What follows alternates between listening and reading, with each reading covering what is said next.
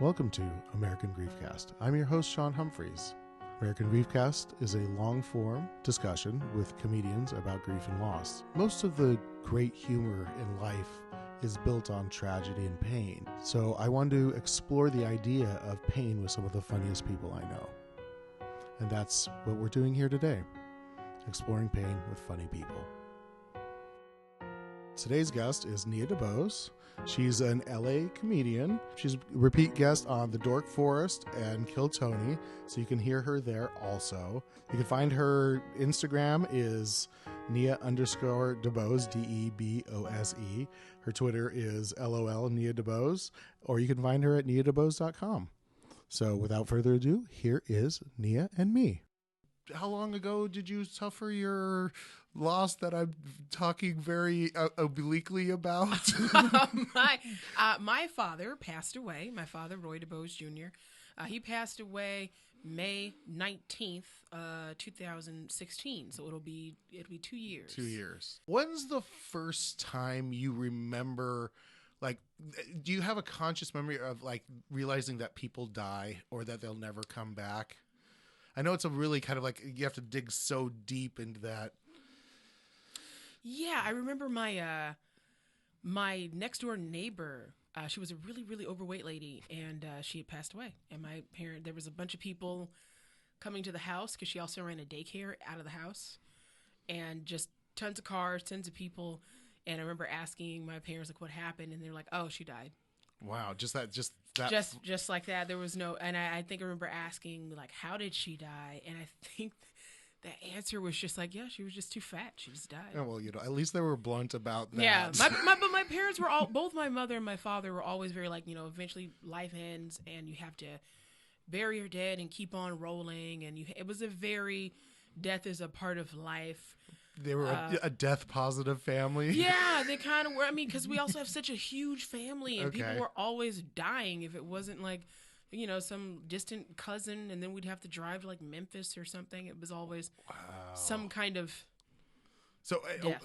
And you're from Dallas, but where's your like family from? Well, I moved here from Houston, Texas. Houston. Oh man. Yeah, from Houston. Oh. But I do have family in Dallas. Okay. So, Whew. funny you mentioned. My sister moved there recently. Thank you. Thank you. You just got watered. Some water. Oh man. It's chill too. Yeah. No, I grew up in St. Louis, Missouri. I grew up in Berkeley, which is a neighborhood adjacent to Ferguson.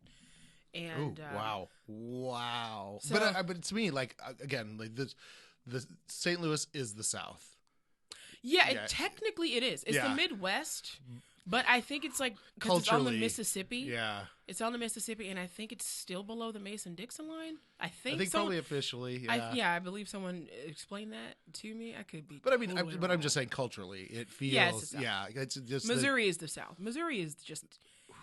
It's a crazy place out there. It's awful. So, but awful. Okay, so that, and then because since this is my first time at this, I'm going to kind of maybe go into like some deeper weird things. Do you think that there is, because I think as like a white person, this is going to sound weird, we have such a weird, almost clinical, especially like, Pentecostal, we have such almost a clinical approach to death. Everybody's got to be like, kind of prepared and put in the box, and then there's no viewing ahead of time. You have the memorial. Sometimes there's a viewing for very close family.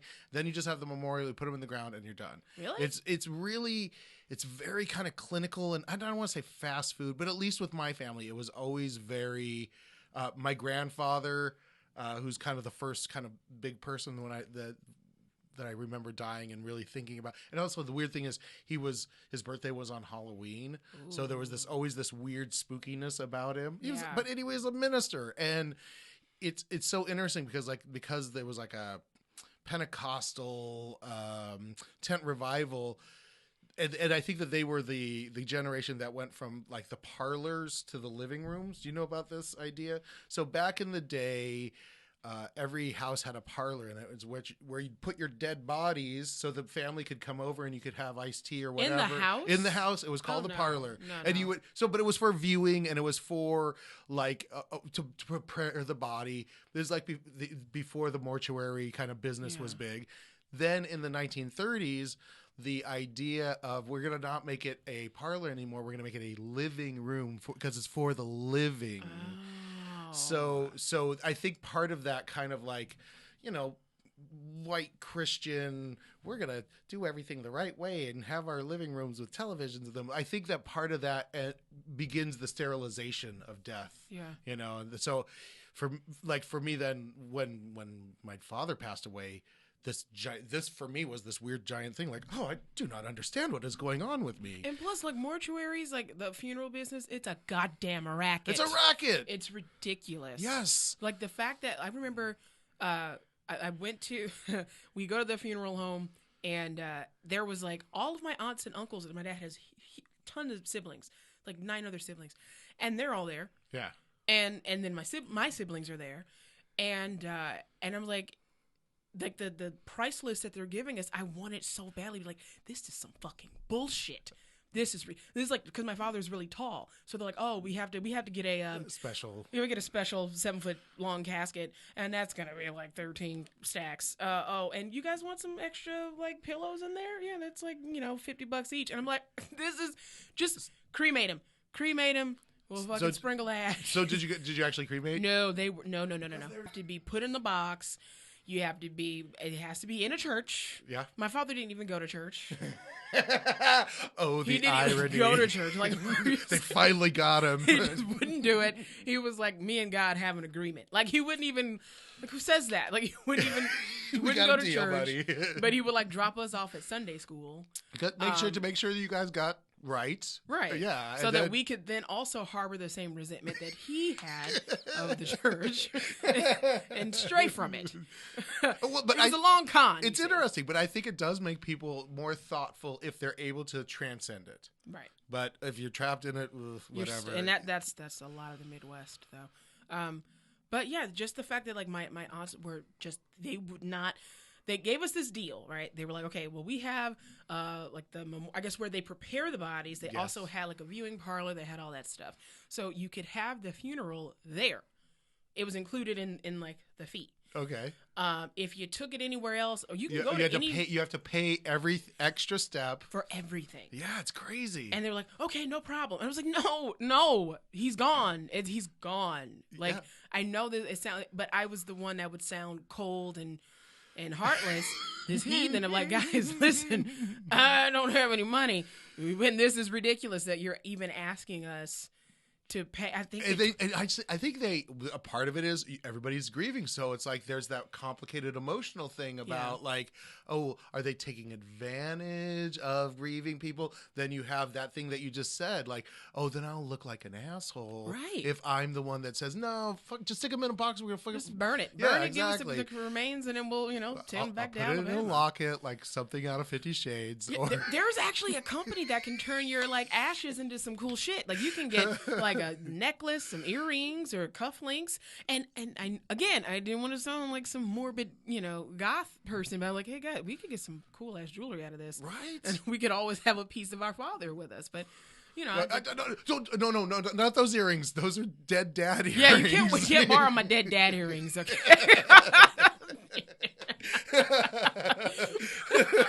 And I knew it wouldn't sound right, and I would hope that with our generation, with my siblings, as they have children, and as we pass on, that we can be upfront and honest enough to even express our wants as we get older and say, listen, because it inspired my mom to do the same thing. She told us, listen, I don't want to go through this. Yeah. All right. So I ended up having to go to an estate attorney, and we got everything kind of drafted and paperwork and all this other stuff. And she was like, when I pass away, just cremate me. Bam. No funeral. Just have like a little, get together, a barbecue or something, cook some food in the house or whatever. A barbecue and a cremation. Yeah, I love it. We're not doing that. You guys like this blackened meat? Hey, you know what the seasoning is? But I know I can't have this conversation with like a normal person. Or in the throes of grief. That's the other thing, is like when everybody's bereaving, You can't just be like, let's logic this out, Yeah. guys. We don't want to, we don't want to be taking out loans or, Right. messing up our credit. Let's not mess up our Like, credit. because they're gone. Yes. And truthfully, if my father was planning someone else's funeral, exactly, he'd be like, we're not paying that. That's some bullshit. I'm not giving that money up. No, he would definitely find the most like cost-effective way. Okay, so the thing with my dad, which I thought was kind of perfect, we found a place called Affordable Cremation and Burial. And That's in the name? It's in the name. And I was like, perfect. fucking Jerry would have loved that. That's the thing. That's the place to go. That was the Lord telling us. We were being guided. Yeah. Yeah, so I think that the like even the funeral service, cause when I was dealing with my father's death, I asked the funeral director, so they owned a plot over at Forest Lawn or Forest Hills or whatever, and I asked her, I said, what did you, when your father passed away? Yeah. And she said, oh, he's up in the closet at home. And I was like, what? She's like, yeah, I cremated him, I have him in a box, and I left him there. And I was like, ding, ding, ding. I was like, that's the answer. But my father was involved in the church. The elders of the church came and got his cremains and they buried them in the ground. Like I didn't care, but they thought he should be with his wife, but they paid for it. So I was okay. Well, there you go. That exactly, and I was like, that's exactly even what my dad would have wanted because he was so cheap. He would make his long distance phone calls from the church. He was an elder, so he could use their phone and do his long distance. Perfect. So I was like, oh yeah, you gotta get somebody else. This is like you paying it back. There you go. Exactly. Yeah. Exactly. What is the most surprising thing about like your emotions or grief, like as you were going through it? What is the thing that just took you by surprise that you didn't know you would be feeling it? Forgetting my dad was dead. Isn't that weird? That kind of weirded me out because I was asked to write the obituary, and my dad grew up in a really, really small town in Alabama, and I remember like, oh, is it Nanafa? Let me make sure I spelled this right. And I grabbed my phone. And I was going to call my dad and be like, yeah, you were born in what city was that again? And like, it hit me. They're like, oh. And it kept happening. I kept, I'd see something funny and I'd be like, oh, my dad's going to love this. And I would go to call him and be like, wow. Oh, yeah. Like I would just completely forget. It's like the phantom limb thing. You go to try to grab the coffee off of the table, and then you just don't have an arm or whatever. I forgot that got cut off. Yeah. Yeah. Wow. I do remember having that feeling, but it wasn't as distinct because I didn't have. I was living with my father when he passed, but I didn't have that same kind of like, oh, wouldn't he think this was funny? It was a little more like, oh, is he going to get mad? Or, you know what I mean? Right. Like it was he was a great guy and he was a sweet guy, but it was more like I had to like kind of manicure the universe for him because he was a little bit angry. So what was it like? This is the other unusual question. What was it like to be like a child of your father? What kind of relationship did you guys have? At least as a kid, maybe more so as an adult than as an adult. The relationship with me and my dad was a really, really good one. My parents didn't get married until I was 4. Wow. And my mom left. Like they had a fight when I was like 1, and she just left. Wow. She just left. She took my oldest sister, and they got into like a knockdown, drag out fight, and I think she was like, "I'm packing up my shit and I'm leaving," and he was like, "Well, you can't take her," and she was like, "Okay." Wow. And I remember even asking like my older sister, I was like, "Hey, when you and mom left, like, did she try to fight to like take me with you guys?" And she just dropped her head. She couldn't even answer me. She was just like, "Wow." So my dad, who owned his own business, he owned a transmission shop. I pretty much went everywhere with my dad, like the first, like within that time until they, I guess, reconciled. And was like three or 4 years? About 3 years. Yeah. About 3, maybe 3.5. And so this cute, adorable little girl with her grease monkey dad going around. Turning wrenches and busting up transmissions. And wow. And I'm just hanging out in a transmission shop and this was like in the 80s when everybody, like this is also everybody Missouri. had fucked up Buick transmissions that needed to be fixed all the time. Everyone needed, like, they're bringing in their fucked up Buicks and Oldsmobiles all the time, and people were allowed to smoke in the waiting room. So my job was to like sweep up sweep up the floor, and then like clean off the ashtrays and dump all the cigarette butts out. And that was, and then I was also had to. He taught me how to open the. He had a really old school soda machine, and I had to like empty the change out of the soda machine. Like I had a job. A job. Yeah. I had a job. I had responsibilities, and that was me and my dad would just like jam out, and he had this Oldsmobile that he put like 400,000 miles on Because he could fix it. Yeah. Anytime it had problems, He boom, just- you get under the hood, bam, bam, bam, Boom. back on the road. get like discount on tools on the parts and just Let's keep it going. It's such a perfect, beautiful, almost Norman Rockwell picture.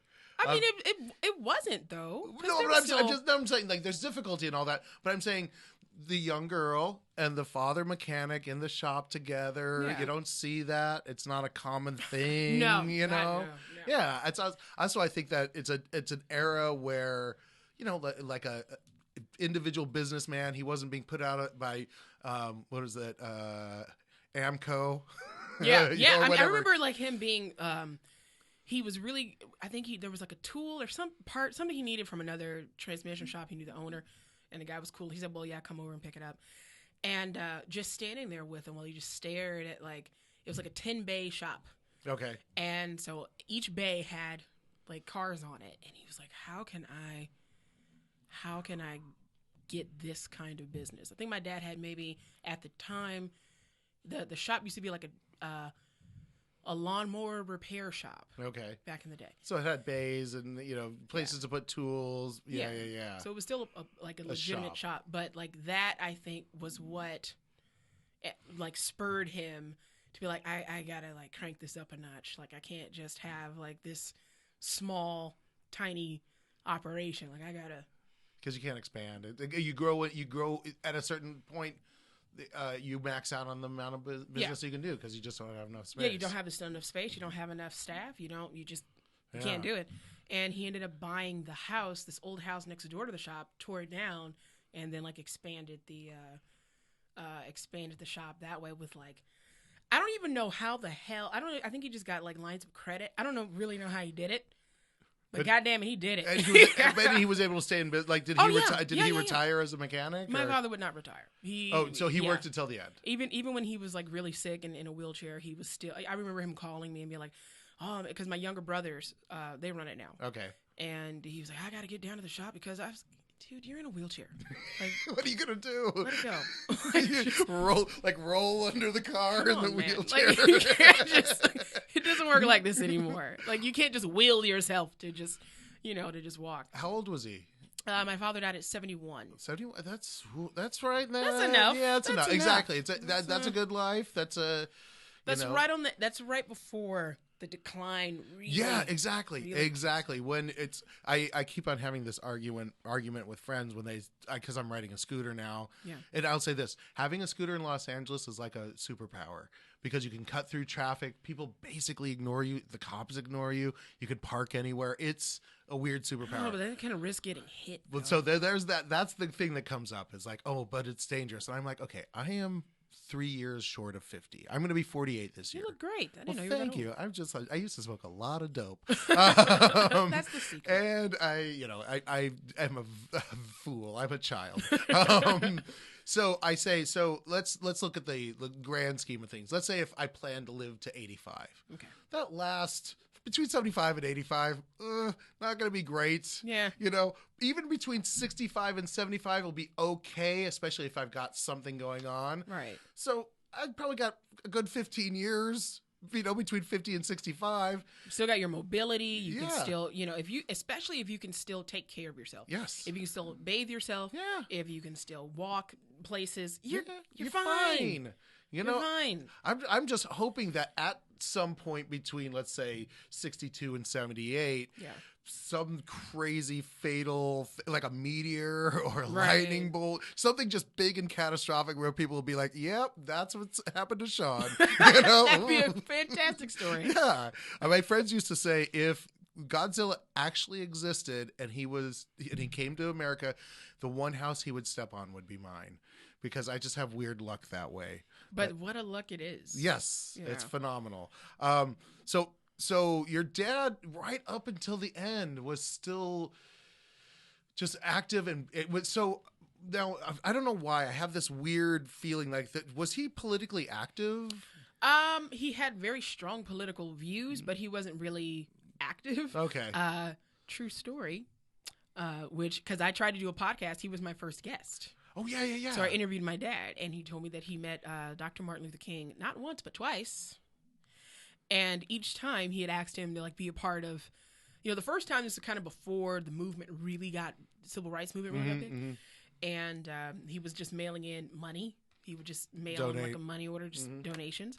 And he introduced himself to him, and he was like, "Oh, I know your name because your last name is really almost sounds French. So yeah, I remember you. I know your envelopes." And they asked him. He said, "Well, would you like to join this movement that we're trying to get started?" And he was like, "Nah, I don't believe in nonviolence." You said it was going to be nonviolent. I don't do that. Well, then how did he feel about Malcolm X? He was actually okay with Malcolm, but like my dad was never the type of person to fully be. I guess because he came from such a big family, that being a part of any particular religion or group or just groups, he was at a group joiner. Yeah, it's like what the what's his head always says. I wouldn't want to be part of a club that had me as a member. Yeah, Groucho. Yes, he was in a weird club though with his brothers. But that's right. When you have your family, you have this big just group of boisterous, loud people, you don't really have the need to join a group, really. Whether it's a fraternity or sorority or political party, it's just like I have my group. Yeah. Already, I don't need to really join. And those people are. And so imagine more people. People that I don't even share a bloodline with you. I'm not like obligated to not beat your ass if you piss me off. So, no, I can't join your group. So he was one of 9.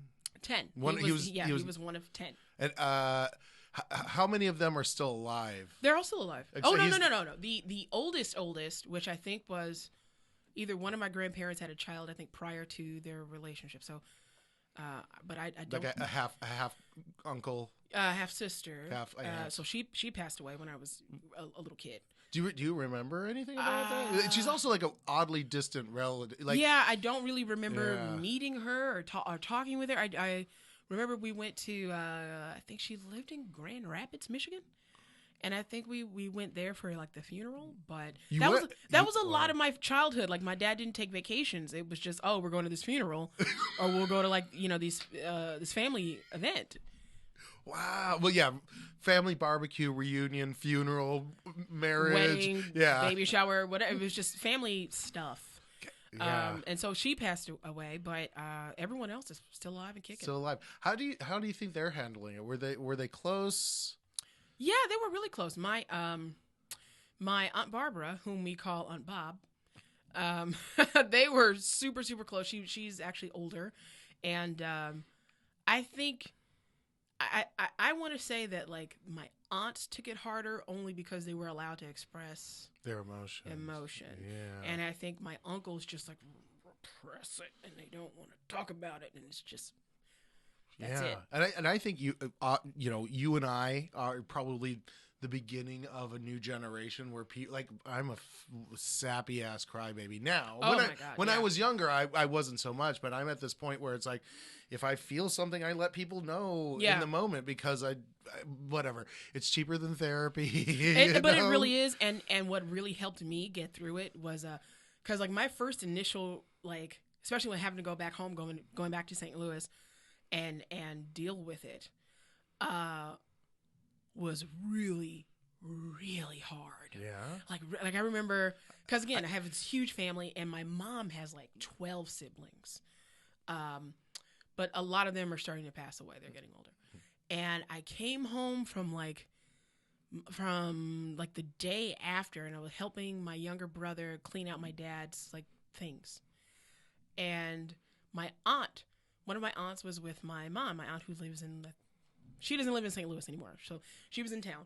And I was like, I didn't see you when I get back to my parents' house. And I was like, I didn't see you at the funeral. And she goes, girl, I forgot all about that. I was in town for this convention for my business. Wow. And I was just like, okay, all right. Like I could just like, feel, like my breathing got really heavy. And, well, let me take a picture of you, girl. I haven't seen you in so long. And she was just smiling and just like... It's like she was in a different world. Completely different universe. Wow. But in reality, you were in grief universe, or Yes. you know, you were. And she was just like, I'm in town for this convention for my business. I don't give a shit about that. Like, it just the flippant way of like, girl, no, I didn't fuck your dad. Like, it just. And I was like, I need to go to bed. And it was like 6:00 in the evening, and she's like, it's pretty. I was like, I'm gonna go to bed, because I felt like, if you keep talking to me. Keep stabbing. Yeah, keep stabbing I'm at the probably going to physically assault you. Like, that's real. Like, that thought really. It's like, I'm gonna beat the shit out of my own aunt in my parents' house. So I need to go to sleep. Like that. Just get away. Yeah, just breathe it out. It's so interesting because okay, here's a weird PTSD thing that happened to me. I got in a car accident. And then a week later, I went to see like Terminator 3. Mm-hmm. And the opening sequence is like a crane truck just smashing into all these other vehicles. And I was like, this movie is so insensitive to people that were recently in car accidents, right? I'm triggered right now. I am triggered right now. And I felt the real, almost like real PTSD. But in a way, you were actually in the trauma. So anything that people said that didn't have like almost like a sensitivity or a lilt to it is going to be like it's just anger. Like I went to a grocery store to wire money. I had to like give some money. I had to send money to somebody, like to pay like a bill or something. And when the lady prints out the confirmation, I go, it had my father's information on it. And I was like, well, that's not correct. Could you please, change it? And it turned into this whole thing. They just kept fucking it up. Wow, and my dad's name just keeps coming back up. Oh. And the lady, I don't know, you probably got to call the 1-800 number. Like, she was just like, I don't know. And so I was like, I need to speak to a manager. Like, I need whoever's above you, I need to talk to that person, because this isn't. It's not right. It's taking me to another plane here. And so the manager comes in, and she, for some reason, couldn't. I don't know what was going on. Maybe, looking back, maybe I was not able to articulate what I needed. Yes. You were on Planet Grief. Yeah. You were speaking Griefinian. I don't know what the language. Maybe in my mind, I'm like, excuse me, I'm trying to send this money, and it's like I'm trying to speak in like a normal, but like maybe it comes out like, I want peanut butter. Like, I don't know what the fuck I was saying. But somehow they were not getting the depth of why this was so painful and inaccurate. Yes. Like, you're sending me in, like, this is incorrect. Please fix it. I gave you my phone number, and my father's information is coming up for some strange reason. Please fix this. And I give them my California driver's license, and she said something like, well, what you here for anyway? Like just getting real sassy. And I just screamed. I literally felt like my throat get raw. I screamed like, my father's dead! Like, I just started shouting in this grocery store. Wow. And I was like, I'm gonna step outside. I was like, let me step outside. Let me breathe, because I'm gonna be the crazy person. I was like, maybe this is how that happens. Maybe people just snap. And then they just live like, on I the just street. wanted to wire money to pay my electric bill to my roommate. And now I'm a crazy person on the street with no shoes. Like, I don't know. I wonder, like, what great losses and great griefs those people have. I mean, whatever, they're crazy, but it's not. It comes from somewhere. There is a source. But so I was thinking about DABDA. You know about DABDA, right? No. Denial, anger, bargaining, The depression. steps of So there's an anger. Yeah. Did you have a moment of I'm sorry, not dab. We were dabbing so hard. It was dabbing so hard. No, of denial. Like when you got the phone call. Oh yeah, I did. My brother called me. I was asleep, and I answered the phone. I was like, "Hey, what's up?" He goes, "Dad's dead." I was like, "Oh my God, whose dad is dead?" Like, wow! Just like it just like my brain was like, "No, that's not what that's not what he said." And he's like, "Dad's dead." I was like, You said mom's dead? Like, I don't like. You were circling around. Yeah, I didn't want to accept what he was telling me. And I was like, okay.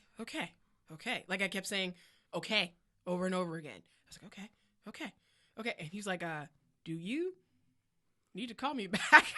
And I was like, no, we're good. We can do this. All right, just okay. Because when my dad would always say like, oh, you got to bury your dad and keep on rolling. You got to do this. You got to do that. You can't get hung up on the past or grief and the emotions of life. And you're like, okay, he prepared me for this. He told me we can get through this. It's okay. Death is a part of life. It's okay. Like and you're like, that's not how it works, and you just break the fuck down. Oh. And it sucked. The first couple of days were like, because I'm getting phone calls from like everybody. Yeah. Aunts, uncles, cousins, like your daddy's dead. Yeah, I know. I got it. I figured it.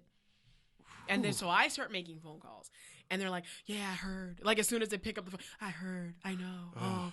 So I was like, so no one's surprised. Everyone knows. And my uncle who called me, and he was like, hey, one of my cousins apparently works for an airline. And, we're going to get you on a flight tonight. And I was like, because that's how my family goes. Like, yeah. There is no like. Just close the deal, move, go. Let's do it. He's dead today. We need you home today. So we're going to get you here today. And I ended up missing that flight and had to catch like the first one out.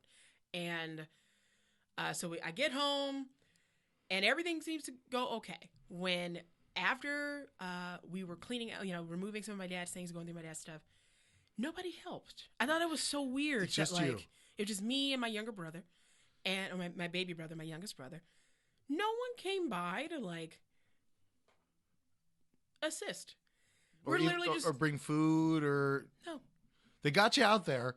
Yeah. It's like, okay, now you take care of that. There you go. There's your mess to clean up. It. And that was it. So I was just driving my dad's pickup truck, driving around. And I guess my dad had that pickup truck since like since I was like maybe 8 or 9, maybe a little younger.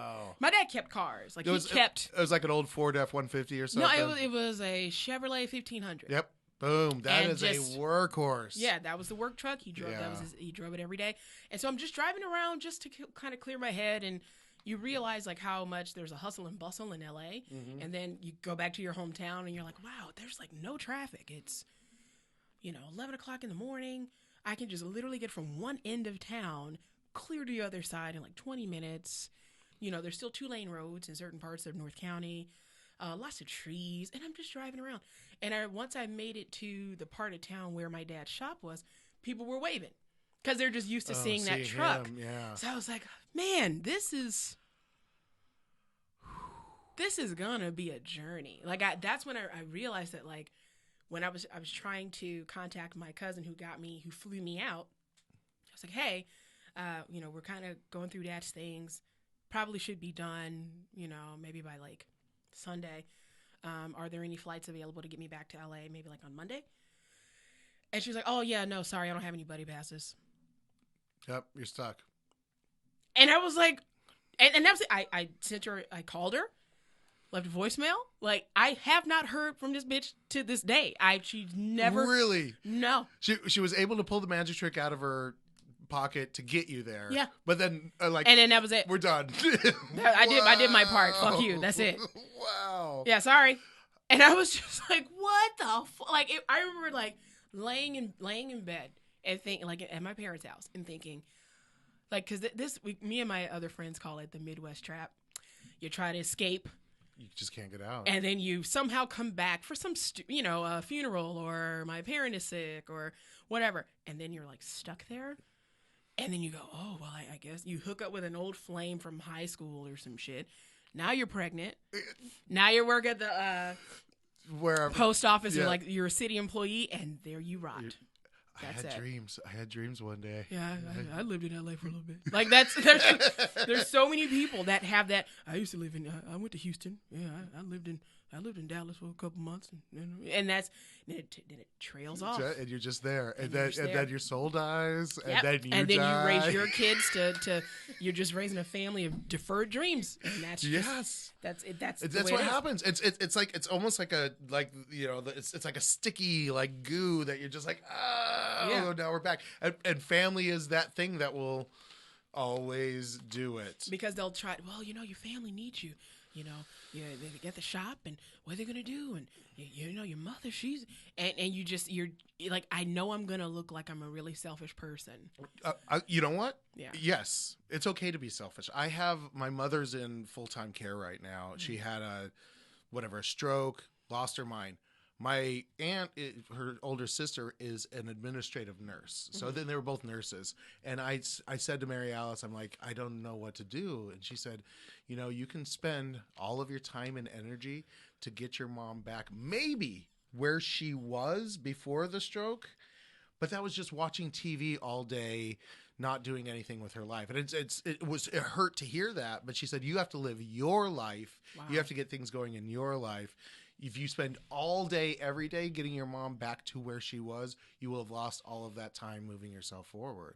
And it was hard to hear, but it gave me a sense of relief that I didn't have to chase after this thing that was probably insoluble. There was probably no solution, It sucks, but hey, my mom's still alive. She's happier now than she ever was. Hey. Somebody else is taking care of her. She's got her rents paid. I mean, but as comedians, we can do that and switch it. But hey, here's the. But can other people really do that? But that's the gift we have. Is being able to stand in the shit and go look at me. That's how it goes. What are you gonna do? And live as examples and be. Be embarrassed and silly or hurt or whatever. Yeah. That performers in general, but comedians specifically, being let's dig into this wound and see where the funny is. Oh, it's there. There it is. Hit the funny bone. Okay, so let's ask this. I never thought I would come to this question. Were there any times in the middle of all this grief and all this stuff where you had a crazy belly laugh or some silly, ridiculous thing occurred that you didn't like? You're going through business, being sad, and this thing happens, and you just lose your shit. Yeah. Yes. Yeah. Yes. Definitely. I was on social media. I was on Facebook. I don't know how. I somehow found the Facebook page of this woman that my father hated. They had a beef, dude. It was. I don't know. I was a kid. Yeah. And I ended up getting into a weird situation with that lady's sister-in-law's. It got so because Missouri. Yeah, it's Facebook. It got so weird. No, this is when I was a kid. Oh, okay. Oh, and I was see. This lady is stupid and fat and this. And come to find out, the kid I was making these jokes about this lady too. It was her nephew. And so I was a child, unknowingly. Now I'm in the beef. Unknowingly. Oh, you were doing the Hatfields and McCoy by proxy. I didn't even know. There was something in your blood that knew. So I saw the lady's Facebook page, and she had gotten so fat. Which kind of brings us back to the beginning on some level. You can say body shame. I don't give a fuck. That shit was hilarious. She was big, and I just doubled over laughing because I was oh my, he would love this. God, I wish I could screenshot this and send it to him right now. Just hey, remember so and so? Oh, she turned into a big fat fatty. She is huge. Wow, it's almost in a weird way. Even though your father was dead, he kind of won. Right, even though you died, it's still. Yeah. No one's sending screenshots of you look at how fat this son of a bitch got. It was still. And that, wow, see, and it's that weird personal, this would have been a great joke to tell him, and right. Oh, and just I can't. Whew. Yeah. Wow, that's. But I will say that. Did you ever have any regrets with your dad, things you wish you could have said, things you wish you could have ironed out? Yeah, everything was so tragic when it happened. Whatever, the crime and blah blah blah. That it for me really felt like this immediate carpet ripped out from under me. Mm-hmm. So I was like, oh, I didn't get a chance to say I love you. I didn't say that. Didn't all of that stuff. So I had. Whatever. I think this podcast is about me trying to sort out these regrets about not. And you maybe see me on the internet or see me around. I'm just trying to be this being of love out in the world, and it's hard, because it's like the world is not accepting of gentle creatures. Well, this administration certainly is. No, it's rough. It's rough. But yeah. So what regrets do you have about? I actually didn't. Really? One of the biggest regrets that I had, the reason I left St. Louis and went to Houston is because my dad wanted me to work at the shop, at his shop. And I said, okay, well, can I use the skills that I learned at this casino that I worked at in their marketing department? Can I use what I've learned to help improve the shop? And he agreed, but that's not what happened. I was just a secretary. Ultimately, he was saying yes to your proposal to just get you in there to be the secretary. Yeah, and I think my dad just kind of viewed me still as a kid. I don't think he saw me as an actual fully formed adult that has really good ideas that could bring that.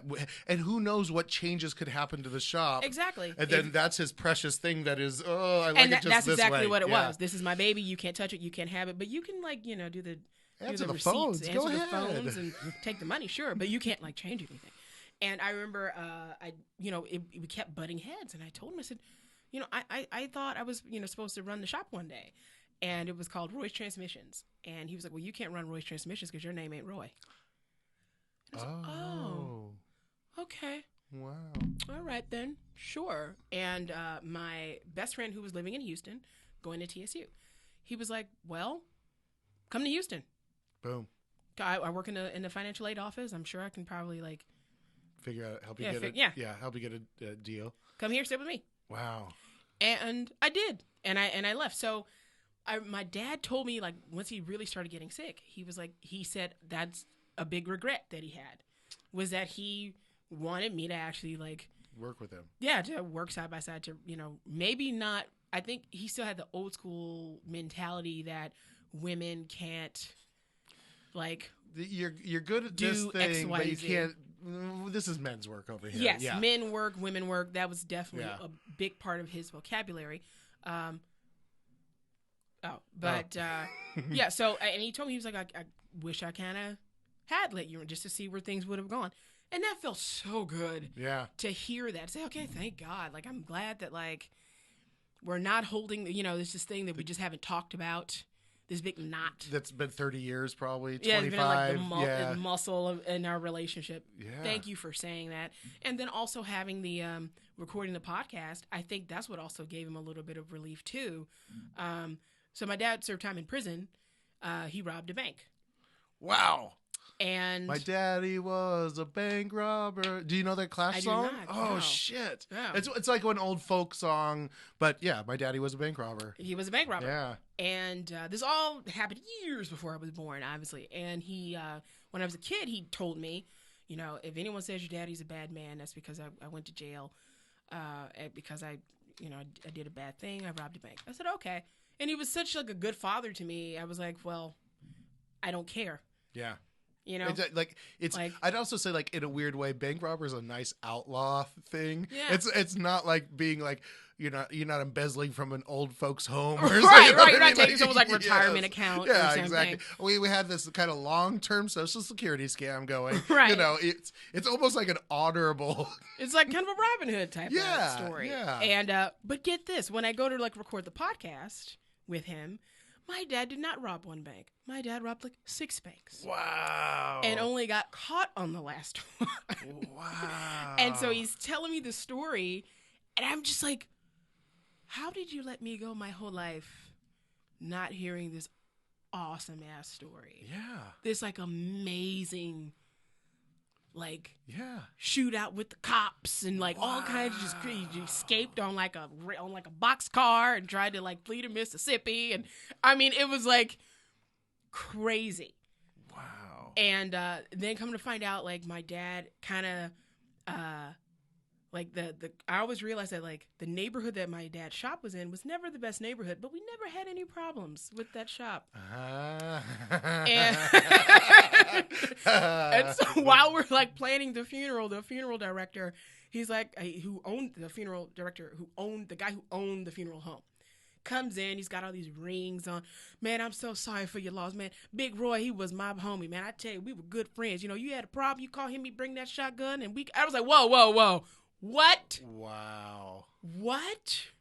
Yeah, man, we called it the street sweeper. He'd come in and clean up, and boy, He was an enforcer. like, this is the guy that read me, like, Berenstain Bears was, like, pulling this shit. Are you kidding me? Wow. And just... That's who he... But in a weird way, that's who he was. Now, oh, man, I have so many questions. The one thing that I want to ask, how similar were your personalities? Where, I mean... You know, you're a pretty straight shooter. Yes. He was obviously a pretty straight shooter. Most of my personality definitely is. It's him. Dad. Like, but you've never robbed any banks. Never robbed a bank. But no, never. You know what? We should talk. In this economy, you know it what? sounds like you got a generational thing going on here. I can't. Who am I to deny my bloodline? I mean, you have the story. I mean, I think it would probably make a great script or something. You know what? It would. But it's so nuts because you take like that. My dad did that. Like, and so get this. St. Louis in the 60s or no, something? this wasn't like he was get a stolen car and go to like Memphis. Okay.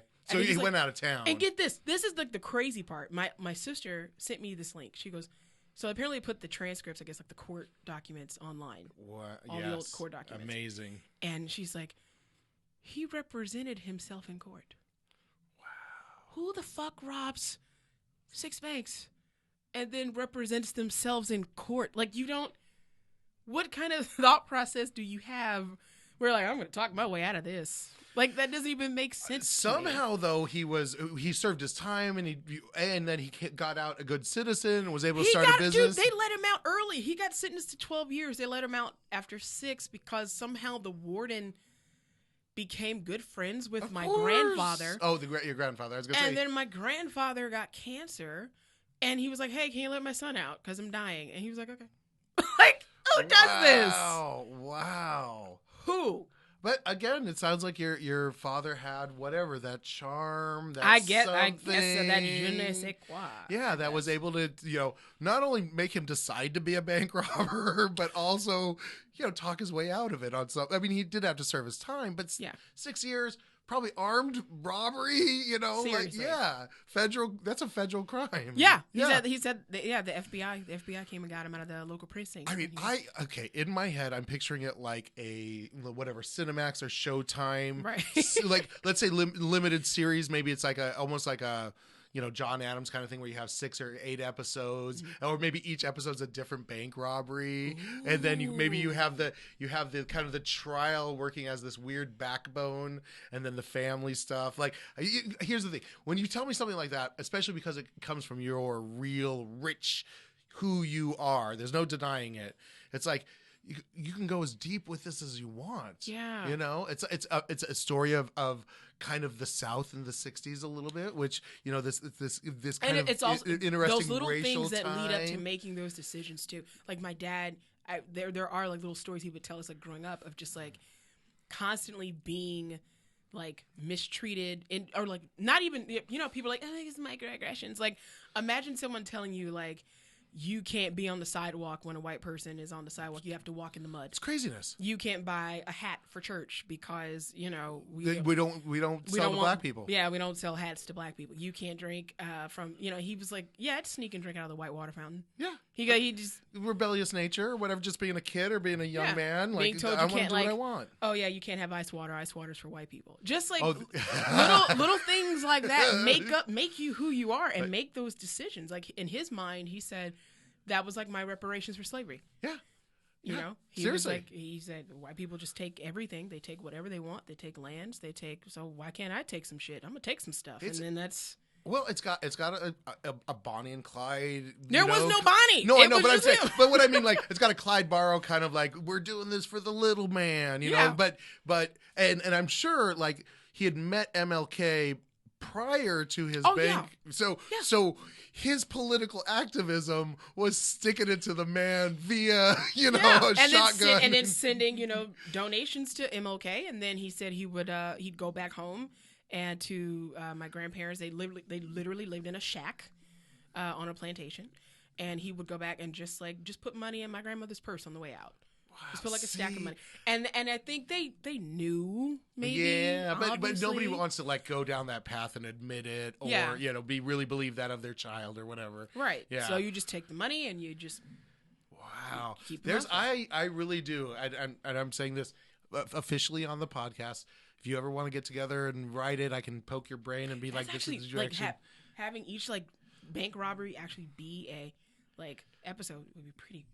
Pretty right. And again against the backdrop of like, what Black people are going through in the '60s in the South, and that because whatever, the time is ripe for these stories where now it can be said Black Panther exists. Yeah. They asked him to join the Black Panthers too. Yeah. And he was like, no.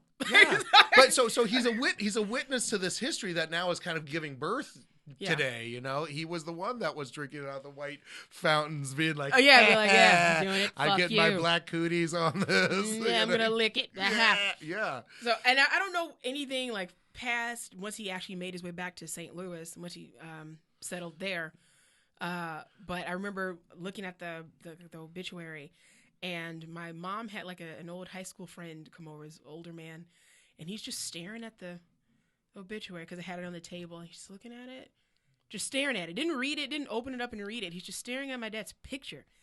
And I hear him just go like, Denise. And at this point, my mom's like somewhere else in the house. Denise. And I just hear in the back go, what? Was your husband a gangster? And I hear her like walking, like approaching the room, and she snatched it out of his hand. He had tendencies. And that was it. That's all we needed to know. That's it. And I was like, I don't like that answer. What does that mean? And she just walks away. We're going to keep the decorum around this gentleman's.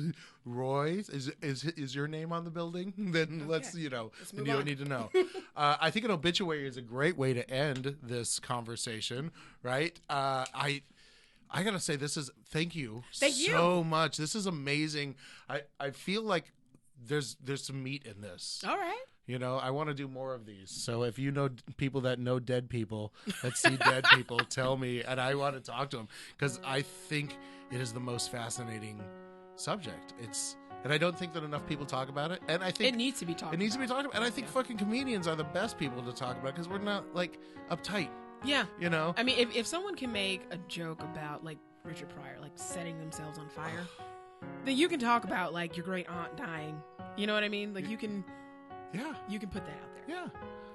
Hey, thanks for being with us. This has been another episode of American Griefcast. You can follow us on all social media at American Griefcast. It'd be wonderful if you could join our Patreon and kick us a few bucks so that I can pay all the people involved in this. Have a wonderful day.